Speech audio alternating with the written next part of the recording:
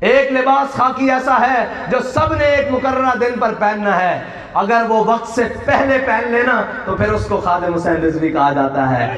وقت سے پہلے موت آ نہیں سکتی۔ ہمارے قائد ہمیں سبق دے کر گئے ہیں کہ دیکھی جو ہسٹری میں نے تو پھر کامل یقین آیا، جسے مرنا نہیں آیا اسے جینا نہیں آیا۔ ہمارے قائد نے مرنا پہلے سیکھا، ان کی زندگی کو لوگوں نے دیکھا کہ وہ کیسے شیروں کی طرح جیا، اور پھر دنیا سے گئے تو پھر ہمارے بھائی پہلے بھی پڑھ رہے تھے۔ یہ تو ابھی ایک منظر ہے جو لوگوں نے لاکھوں کروڑوں کا دیکھا ہے جو مینار پاکستان میں، ابھی ایک منظر باقی ہے کہ ہم سوئے حشر چلیں گے شاہ ابرار کے ساتھ، قافلہ ہوگا رواں قافلہ سالار کے ساتھ، اے مظہر ہم بھی سنیں گے کوئی نعت رنگی، گر ملاقات ہو گئی شاعر دربار کے ساتھ۔